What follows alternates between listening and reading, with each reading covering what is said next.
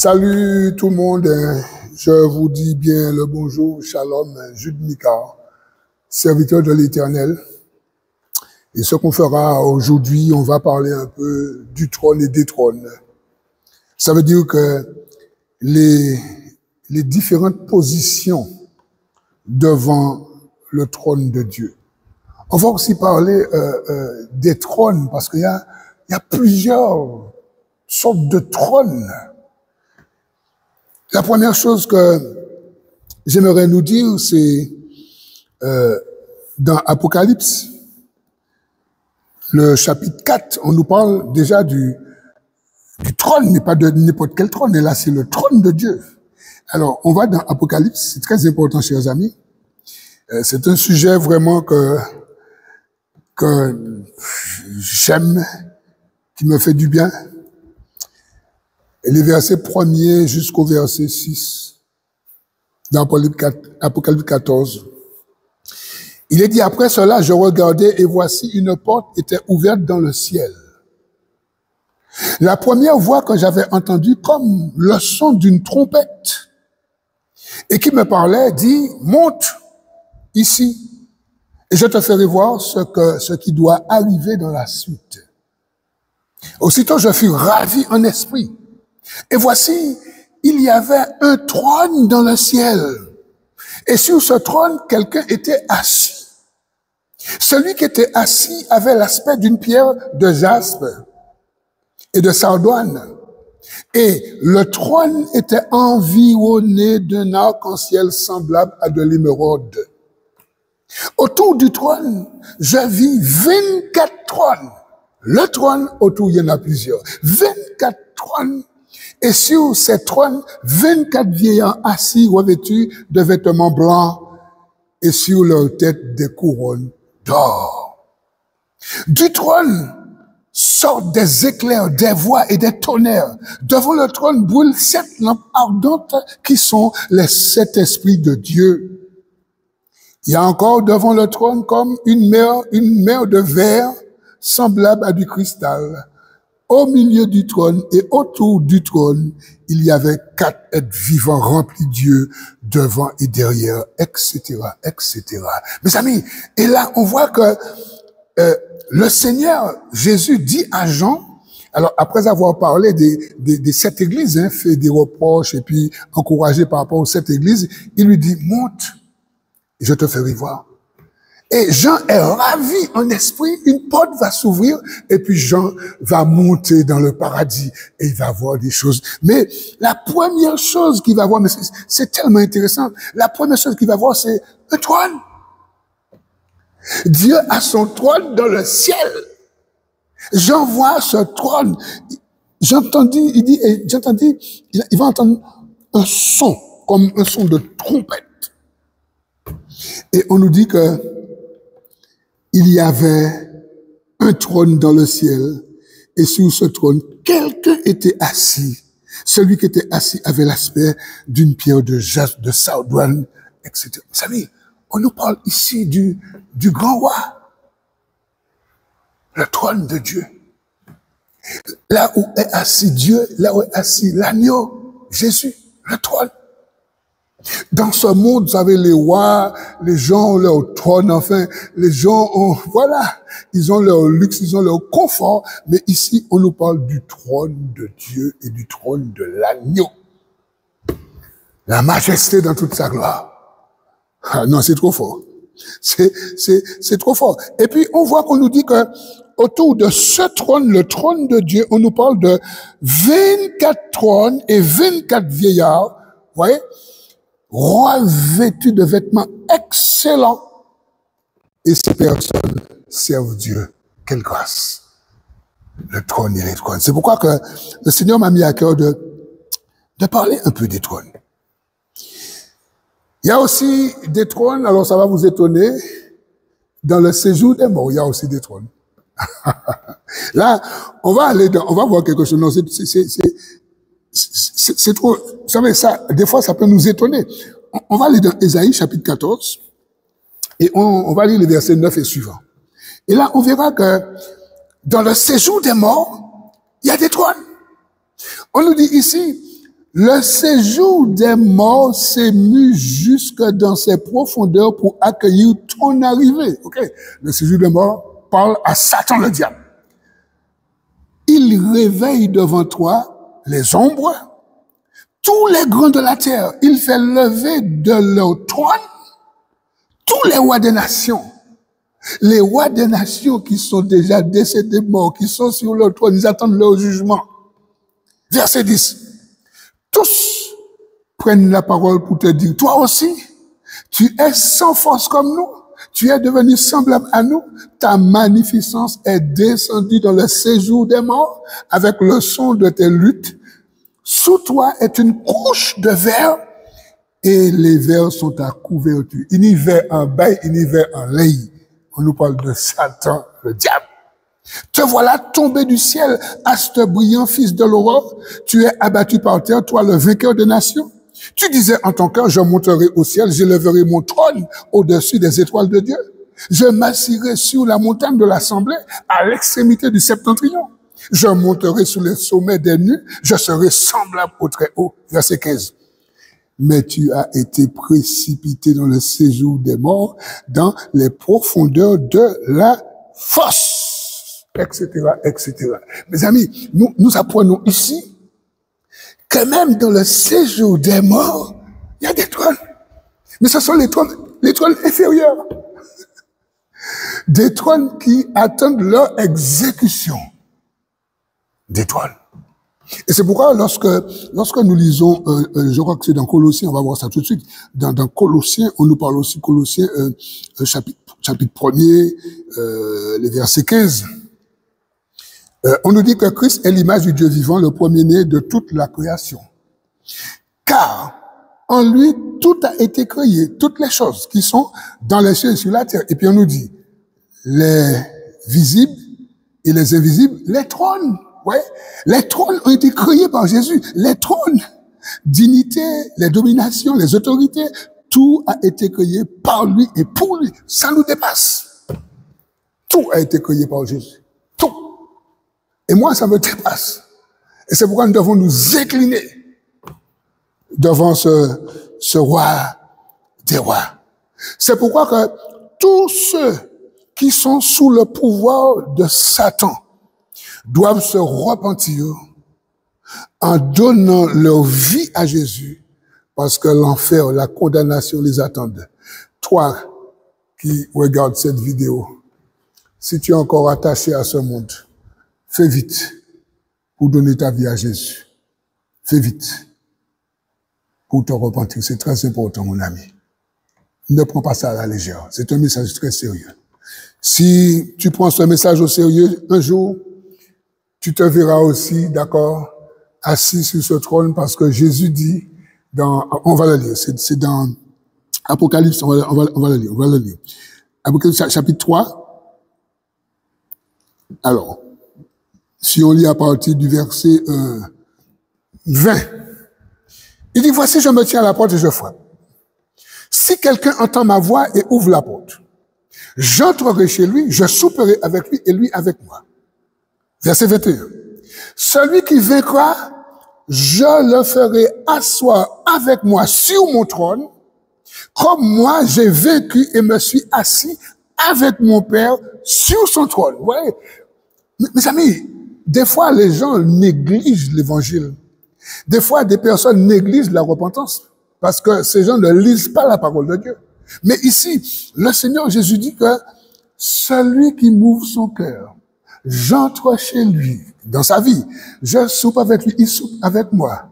Je vais le faire s'asseoir sur mon trône, parce que moi, je me suis assis sur le trône avec moi. Oh là là, mes amis, s'il y a quelqu'un qui suit cette vidéo, ne perds pas de temps, ouvre ton cœur pour le Seigneur Jésus. Parce que sinon, écoute-moi bien, on va lire quelque chose dans Matthieu 25. Sinon, regarde ce qui t'attend. Bon, je suis pas un prophète de la mort, hein, mais regarde ce qui t'attend. Matthieu 25, verset 41. Regarde ce qui t'attend. Il est dit ensuite, le roi dira à ceux qui sont à sa gauche, retirez-vous de moi, maudits, aller dans le feu éternel qui a été préparé pour le diable et pour ses anges. Le feu éternel a été préparé pour le diable et pour ses anges, pas pour les hommes, mais pour tous les hommes qui auront négligé le salut et la repentance, ils iront avec le diable au feu éternel. C'est pourquoi que là, aujourd'hui, je vous invite, monsieur, madame, jeune homme, jeune fille, à donner votre vie à Jésus. D'accord? Alors, toujours pour le trône, on va lire encore quelque chose. Maintenant, on va lire le pécheur devant le trône. Le pécheur, d'accord? Devant le trône, c'est la repentance, le pécheur. Et là, on ira dans Ésaïe, le chapitre 6.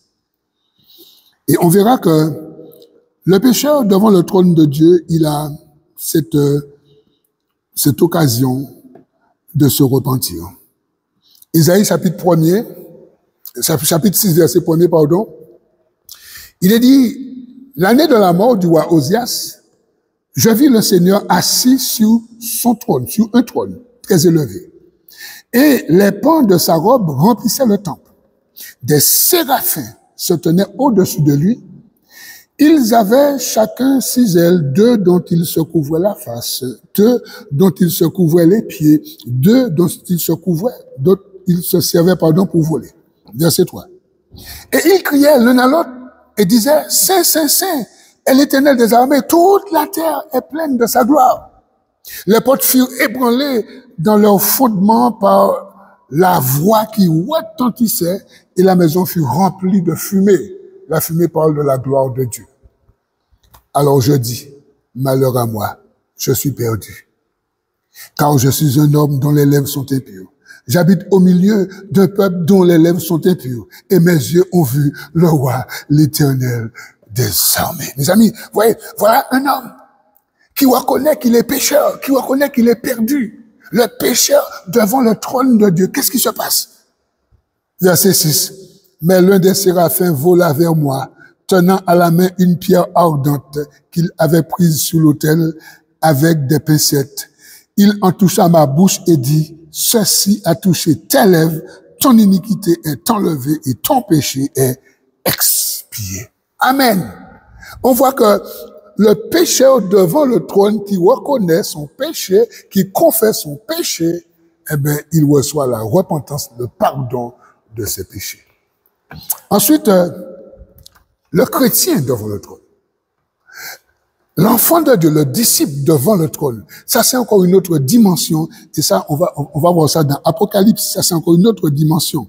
Dans Apocalypse, le chapitre 5. Là, c'est encore une autre dimension à partir du verset 6. Là, on nous parle de Jésus. Et je vis au milieu du trône et des 4 êtres vivants et au milieu des vieillards un agneau qui a été là comme immolé. On parle de Jésus. Il avait 7 cornes et 7 yeux qui sont les 7 esprits du Dieu envoyés par toute la terre. Il vint et il prit le livre de la main droite de celui qui était assis sur le trône, la main de Dieu. Quand il eut pris le livre, les 4 êtres vivants et les 24 vieillards se prosternèrent devant l'agneau, tenant chacun une harpe et des coupes d'or remplies de parfums qui sont les prières des saints. Et il chantait un cantique nouveau en disant, tu es digne de prendre le livre et d'en ouvrir le sceau, car tu as été immolé et tu as racheté pour Dieu par ton sang des hommes de toute tribu, de toute langue, de tout peuple et de toute nation. Tu as fait d'eux un royaume de sacrificateurs pour notre Dieu et ils régneront sur la terre. Je regardais et j'entendis la voix de beaucoup d'anges autour du trône et des êtres vivants et des vieillards. Et leur nombre était des myriades, des milliards et des milliers, des milliers. Verset 12, ils disaient d'une voix forte, l'agneau qui a été immolé est digne de recevoir la puissance, la richesse, la sagesse, la force, l'honneur, la gloire et la louange. Et toutes les créatures qui sont dans le ciel et sur la terre et sous la terre et sur la mer et tous ceux qui s'y trouvent, je les entendis qui disaient, à celui qui est assis sur son trône et à l'agneau soit la louange, l'honneur, la gloire, la force au siècle des siècles. Il est dit, et les 4 êtres vivants disaient Amen. Et les vieillards se prosternèrent et adorèrent. Quelle grâce! Et ici, nous voyons que le disciple, le chrétien, les enfants de Dieu devant le trône, c'est l'adoration. C'est l'adoration. Non, c'est trop fort. C'est trop fort. Il y a un message pour quelqu'un aujourd'hui. C'est trop fort. Voilà ce qui nous attend. C'est pourquoi que, vous savez, dans l'Ancien Testament, le Seigneur ne supporte pas les murmures. Et jusqu'à aujourd'hui, il ne supporte pas les murmures. La Bible dit que toute chose concourt au bien de ceux qui aiment Dieu. Quand un malheur t'arrive, dis gloire à Dieu, donne gloire au Seigneur. Et puis je termine. Apocalypse 20, là je termine. Là on va voir vraiment, j'allais dire quelque chose de pas trop agréable. Le jugement dernier. Verset 20, et chapitre 20, pardon, verset 20 à 15. Apocalypse chapitre 20, verset 11 à 15. Voilà. Là, c'est le trône de Dieu, mais c'est le jugement. Il est dit, puis je vis un grand trône blanc et celui qui était assis dessus. La terre et le ciel s'enfuirent devant sa face et ils ne furent plus trouvés de place pour eux. Les amis, écoutez bien. Et je vis les morts, les grands et les petits, qui se tenaient devant le trône. Des livres furent ouverts, et un autre livre fut ouvert, celui qui est le livre de la vie. Et les morts furent jugés selon leurs œuvres, d'après ce qui était écrit dans ces livres. La mer rendit les morts qui étaient en elle. La mort et le séjour des morts rendirent les morts qui étaient en eux. Et chacun fut jugé selon ses œuvres. Et la mort, et le séjour des morts, fut jeté dans l'étang de feu. C'est la seconde mort, l'étang de feu. Verset 15. Quiconque ne fut pas trouvé écrit dans le livre de vie fut jeté dans l'étang de feu. Mon ami, ça c'est le trône à éviter. Le grand trône blanc, c'est le trône à éviter parce que ce trône parle du jugement dernier, de la mort, de l'enfer, de la seconde mort. Et je voudrais te dire, si tu veux éviter ce trône, si tu veux éviter ce grand jugement, donne ta vie à Jésus. C'est pourquoi je veux t'inviter là maintenant, que nous puissions prier. Si c'est pas fait, ne résiste pas au Seigneur. Si c'est pas fait, ouvre ton cœur pour Jésus. Prions ensemble. Tu vas dire avec moi, Seigneur Dieu, après cette réflexion, après ce message qui parle des différents trônes, je t'ouvre mon cœur. Je reconnais que j'ai vraiment besoin de toi. Je reconnais que je veux te donner ma vie, je veux le faire. Je reconnais que il y a plusieurs trônes et il y a le dernier dont a parlé le prédicateur, le grand trône blanc. Je ne veux pas de ce trône parce qu'il parle du jugement dernier, de la condamnation. C'est pourquoi, Seigneur, là aujourd'hui, je te donne ma vie. Je me repens. Je te demande pardon pour tous mes péchés. Merci de me laver, de me purifier par ton sang. Merci Seigneur. Amen. Voilà, chers amis. Si vous avez une question, si vous voulez un suivi, si vous voulez vraiment donner suite à cette démarche, vous pouvez me contacter au 06 96 89 52 58 et que le Seigneur vous bénisse. Et pensez à vous abonner parce que c'est très important. D'accord?